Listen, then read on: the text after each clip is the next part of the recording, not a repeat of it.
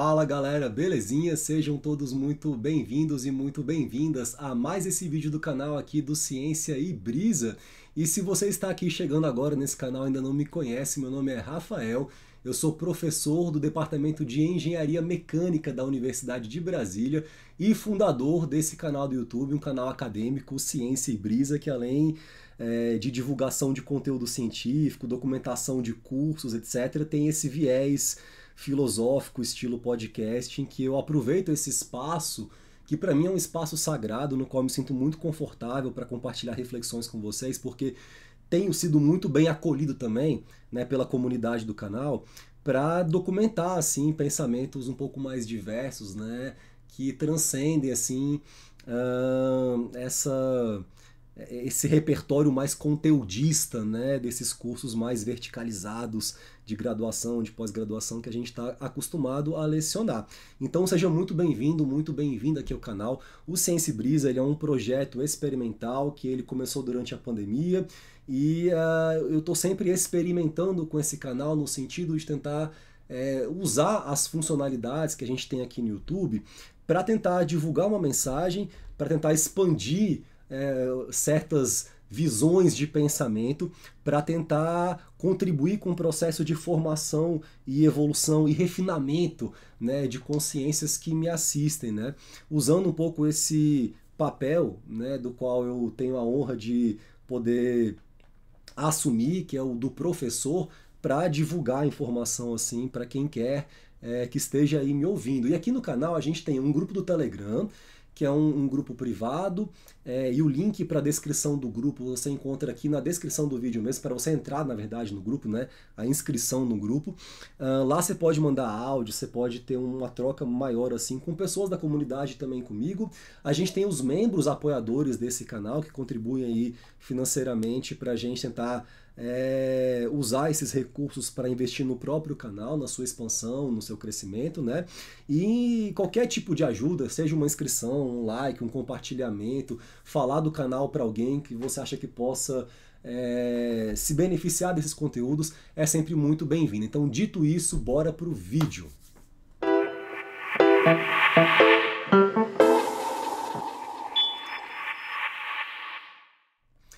E no vídeo de hoje eu queria falar sobre o refinamento da consciência como trabalho espiritual mais profundo que a gente pode ter na nossa existência, na nossa caminhada. Na verdade, mais do que isso, né?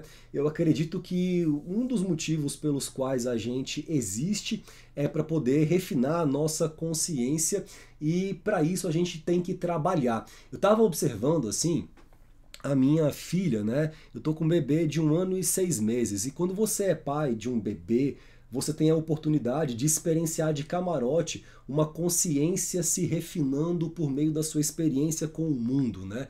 É uma posição assim muito privilegiada nesse sentido de você entender melhor, né, como a vida funciona e obter assim sentidos mais profundos na sua visão de mundo. E minha filha está numa fase que ela fica pegando as coisas, abre porta, explora, né? E a gente vai percebendo que ela vai desenvolvendo habilidades novas que a gente meio que nem sabia de onde estariam vindo, né? De onde que essa menina aprendeu a fazer isso. E isso me gera assim muita reflexão, né? Eu estava aqui com ela agora e ela bagunçou tudo, pegou lá um monte de giz de cera e colocou no chão, derramou. E eu falei, cara, eu preciso ensinar para ela que ela tem que arrumar a baguncinha dela, que ela tem que entender onde as coisas ficam, né? Então sentei lá, filha, peguei o potinho e falei, filhinha, pega lá o giz de cera, coloca aqui no copinho. Ela colocou e tal, ela pedia, ela colocava. Quando ela encheu o giz de cera e arrumou tudo que ela tinha espalhado no chão, eu falei, agora pega e leva para sua mesinha ali, guarda lá. No caminho ela falou, cara, quer saber, velho? Aí tacou de volta assim o giz de cera, né? E eu falei, putz, velho, que trabalho perdido. Expliquei pra guria, sentei no chão, né? Aí já cansado, falei, não, vamos lá. Mas eu parei, falei, cara, em vez de ir lá e explicar, eu vou só observar aqui, vou aproveitar esse momento assim para refletir sobre isso, né? Veja, ela está refinando a consciência dela no processo de interação com o mundo. Então ela pega um negócio, testa, experimenta, e aí eu que estou ali tentando educar aquela consciência em evolução para que ela se refine, para que ela refine suas habilidades, né, e aumente as suas potencialidades de ação no mundo, eu preciso gastar uma energia que, assim, quando você está sem dormir já há um ano e meio, você começa a dar muito valor para essa energia, assim, entender que ela é muito limitada, que ela é finita, e aí você fica muito atento à questão dessa eficiência termodinâmica, né? Porque você está ali prendendo uma energia gigantesca, em que logo logo ela vai pegar e vai tacar de novo no chão. Então, assim, por um lado, eu poderia pensar, cara, não funcionou nada eu sentar aqui do lado, explicar para ela e tal, porque ela foi e fez a mesma merda de novo, velho. Mas, na verdade, a reflexão que me veio não foi essa, foi, cara, para essa consciência ir se refinando, eu vou ter que gastar muito trabalho mesmo, porque é da natureza da matéria, quando ela tem a possibilidade de ser utilizada a serviço da sustentação de uma consciência, que é a vida humana, é basicamente isso. Então ela precisa gastar energia para se refinar, né? E aí quando você vai tentar extrapolar esse raciocínio dessa observação empírica para outras manifestações de inteligências que se manifestam na matéria, você percebe que isso é universal em várias escalas. Então, por exemplo, quando você pega uma formiga, né? Uma formiga é um tipo de... Ela tem um tipo de inteligência, evidentemente, ela está armazenada numa estrutura material e ela trabalha. E aquele trabalho que ela desenvolve é um trabalho que está adequado ao seu nível de consciência, que é o trabalho de sustentar a colônia. Existe uma programação inteligente nas leis que organizam a matéria para que a formiga opere como a formiga opera, né? Então, elas cooperam em bandos, e para elas cooperarem em bandos, elas têm que se comunicar de alguma maneira. O que a ciência sabe hoje em dia, por exemplo, é que uma formiga, quando ela está buscando comida, e ela tem uma programação assim para...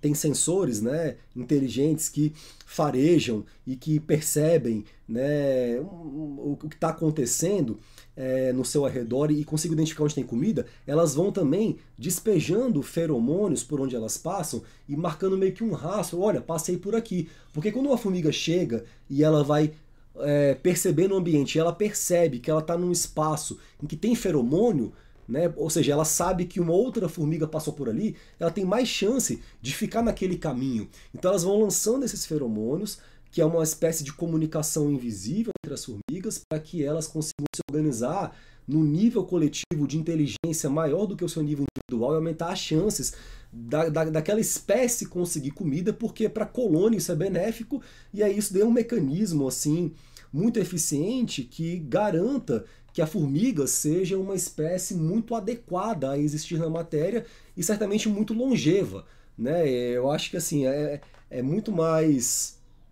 fácil a espécie humana se colapsar e se extinguir mutuamente do que as formigas. Então elas são mais eficientes que a gente na questão, né, da vivência no coletivo e da sustentação de uma vida longeva dentro desse coletivo baseado em regras muito simples. Então ele tem uma inteligência, tem trabalho e tem um certo nível de consciência. O trabalho da formiga ele é muito mecânico, né? Vai lá, pega uma folha, lança um feromônio e tal. Ela não tem assim, imagino, questões existenciais profundas, o que vim fazer aqui, não deve ter religião as formigas, né? Porque não tem essa necessidade de buscar um sentido transcendente para justificar a sua consciência e tal, porque ela tem um nível de consciência, uma estrutura ali mínima, mas que está também atrelado a um trabalho que deve ser feito o tempo inteiro para sustentar esse nível de consciência. E ela está inserida num contexto muito maior com outras formas de vida, né? Então, para a formiga existir, ela depende de fungos, né? Para a matéria ser decomposta também depende de fungos. Então, existe uma rede intrincada assim, de relações muito importantes que vão sustentando níveis de consciência que estão atrelados a um certo arcabouço material, né? Máquinas diferentes sustentam níveis diferentes de consciência que interagem em escalas de consciência, mas sempre é uma cooperação que se dá pelo trabalho, um trabalho de sustentar aquele nível de consciência.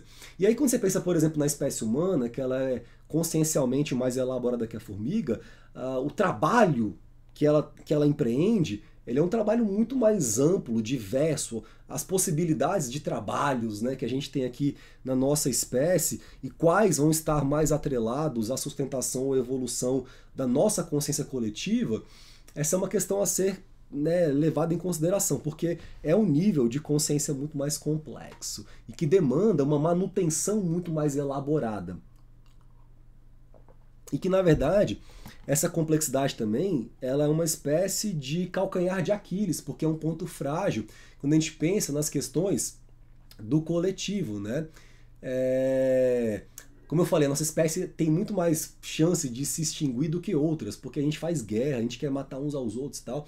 Então, a gente apresenta um risco para a gente mesmo, porque é uma consciência que, por ser muito mais complexa, essa complexidade também, ela demanda, como é que eu posso dizer assim, um dispêndio de trabalho para sustentar essa consciência de maneira harmoniosa muito maior, né? Então, a espécie humana, ela é uma coisa que está meio que em branco, assim, eu fico vendo pela minha filha que está se desenvolvendo, assim, pelo trabalho que a gente tem que empreender para sustentar essa consciência e para, na verdade, estar refinando ela, porque a espécie humana tem essa questão de não estar pronta ainda, né? O Nietzsche falava que o homem era uma ponte, né? Uma ponte entre uma coisa que é o que a gente já meio que já conhece, mais ou menos, e uma coisa que a gente não conhece ainda, que é uma coisa que está por vir, né? É um devir, ele está se tornando algo, assim, enquanto caminha. E eu tenho a sensação de que essa visão do Nietzsche, que na verdade leva para ele a esse conceito que ele chama de super-homem e tal, que eu interpreto de uma outra maneira, assim, no meu entendimento, nem seria a palavra mais adequada, super-homem, eu acho uma palavra, na verdade, muito ruim para a visão que eu entendo desse conceito, que é esse potencial humano latente que a gente não sabe ainda o que pode ser, mas que pode ser coisa muito melhor do que o que já foi. É uma ruptura, né, com o ser humano histórico, assim, né? A minha visão do super-homem nietzschiano. Mas enfim, isso pode ser conteúdo para um outro vídeo, assim. Mas esse conceito por si só, ele para mim está muito alinhado com uma visão espiritual mesmo, profunda da existência humana na Terra, né? A gente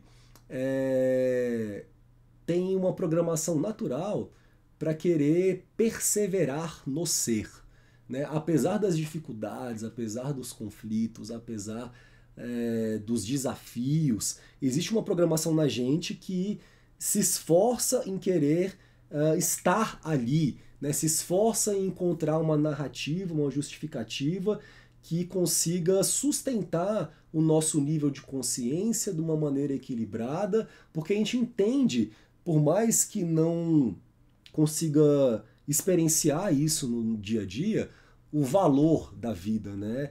O potencial da vida, assim, as possibilidades que isso traz pra gente, né?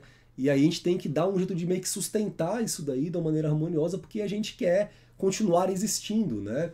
Apesar das dificuldades. Por quê? Porque a gente entende o potencial humano, porque a gente tem uma programação natural na gente que busca refinar a própria consciência para a gente transcender o que a gente até agora foi. O ser humano tem essa coisa da expansão, né? Faz um foguete que dá ré, inventa mundos, faz arte, que eu acho que também é uma questão que também está atrelada, a arte em si, a um mecanismo autorregulatório de uma consciência muito elaborada, muito complexa, para dar sustentação, né, para essa possibilidade, porque você pode se perder também na sua complexidade, né? Quando você entende que esse espaço de possibilidades, de pensamentos, de elucubrações, de sentidos de vida, de visões de mundo, de sensações possíveis de serem acessadas, ele é tão vasto, tão completo, tão infinito, e entende, na verdade, que você é a pessoa que tem que deliberar e fazer as escolhas para colocar o seu corpo material em contato no mundo com esses locais, com essas pessoas, essas relações que vão viabilizar que a gente consiga acessar todo esse repertório tão vasto. Isso vem ao mesmo tempo como uma bênção, né, e como uma maldição, que você tem que escolher as coisas, né, e assumir a responsabilidade pelas suas escolhas, né? E, na verdade, tendo que atender a condições de contorno muito rígidas, muitas vezes, né, impostas por estruturas que começaram muito antes da nossa consciência aterrissar aqui nesse plano para viver essa experiência humana nesse ponto do espaço, né, nessa duração de tempo que a gente vai ter aqui para poder acessar tudo isso. Então, isso demanda uma sustentação, um trabalho de sustentação muito grande para essa consciência que ela é muito complexa. E à medida que a gente vai aumentando a complexidade da consciência, eu acho que esse trabalho de base, de sustentação, ele vai ficando cada vez maior, né? Então, não tem como fugir, cara. É trabalho, velho. É trabalho mesmo, né? Isso aí. A questão é como é que a gente consegue ganhar um pouco mais de energia para continuar esse trabalho, né?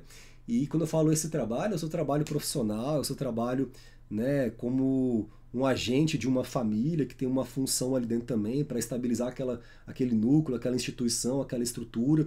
Isso demanda trabalho também, trabalho para a gente sustentar relações que a gente também tem que se relacionar ao longo do caminho. É o trabalho em vários níveis, assim, um nível profundo, né? É trabalho porque tem que comer também, né? Então a matéria ela tem disso, né?